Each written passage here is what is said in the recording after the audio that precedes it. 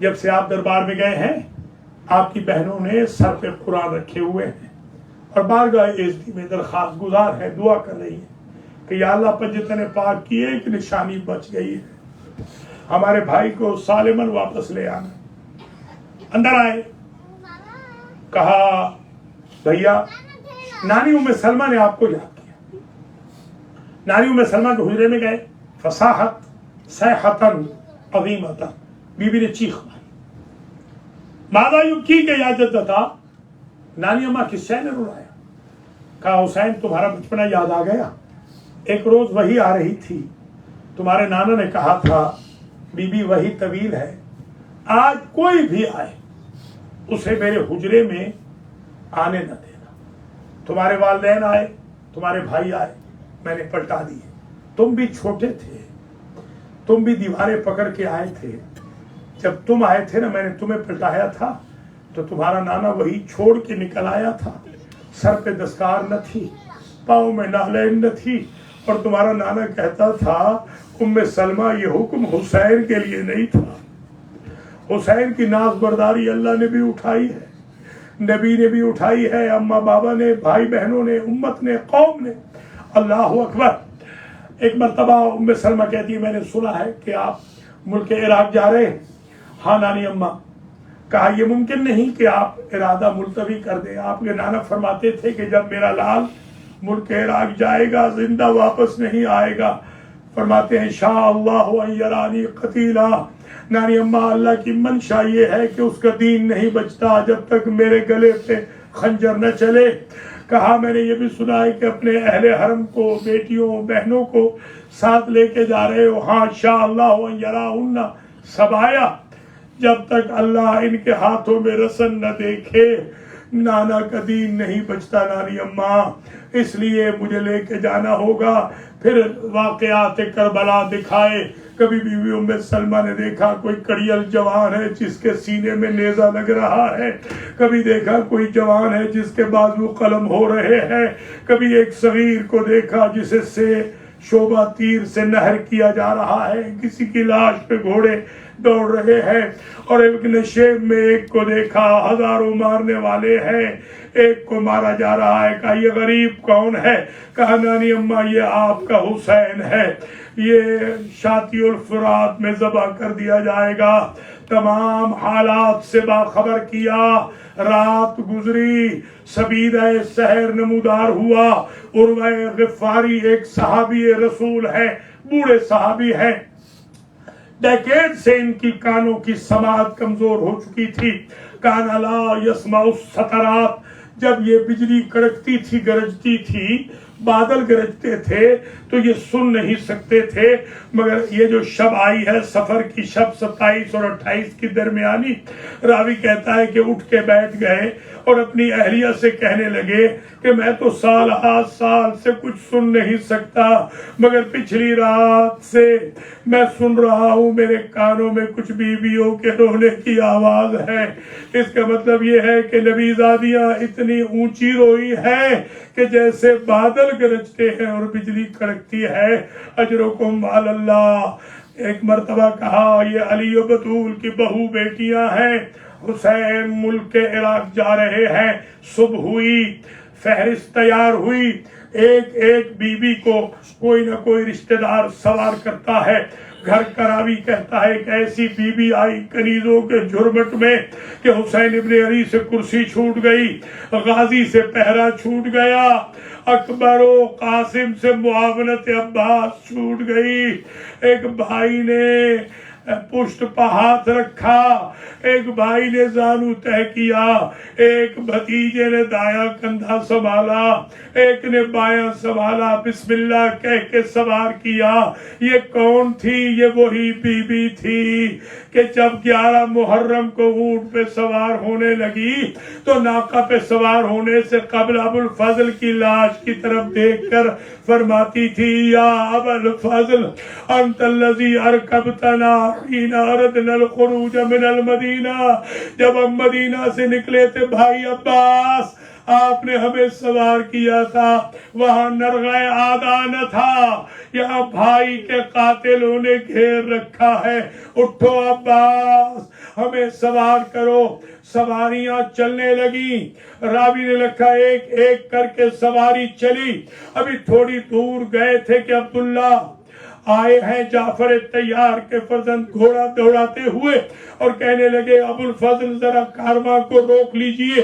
اب جو روکا بی بی زینب نے پوچھا کہ عبداللہ کیا روکنے تو نہیں آئے؟ کہا میری کیا مجال، آپ کے بابا تو باقاعدہ عقد میں شرط رکھ کے گئے تھے کہ عبداللہ جب میری بیٹی اپنے بھائی کے ساتھ ملک عراق جانا چاہے گی تو تم روکو گے نہیں۔ میری کیا مجال، ہم بنی ہاشم کی عادت ہے کہ ہم بڑے پہ چھوٹے کو قربان کرتے ہیں۔ یہ اون محمد لایا ہوں، اون کو میری طرف سے حسین پہ وار دینا، محمد کو صدقہ اپنی طرف سے کر دینا، اجرکم علی الزہرا۔ بس قافلہ چلنے لگا۔ راوی نے لکھا جو گرد تھی قافلے کی وہ اڑ اڑ کے حضرت فاطمہ صغرا کے سر پہ پڑتی رہی۔ یہ وہی بچی ہے بیماری کی وجہ سے جسے میرے مولا حسین چھوڑ کے گئے تھے۔ جب وداع آخر کرنے لگی تھی اپنے بھائی کے ساتھ، علی اصغر کی عمر 18 دن تھی کل، جب اپنے بھائی سے وداع آخر کرنے لگی تو اصغر گود نہیں چھوڑ رہے تھے اپنی بہن کی۔ میرے مولا قریب آئے اور انہوں نے کان میں اصغر کے ایک بات کہی، اصغر اگر تم یہاں رہ گئے تمہارے حصے کا تیر کون برداشت کرے گا؟ ایک مرتبہ بچہ ہمک کر آ گیا، آخری جملہ التماس دعا۔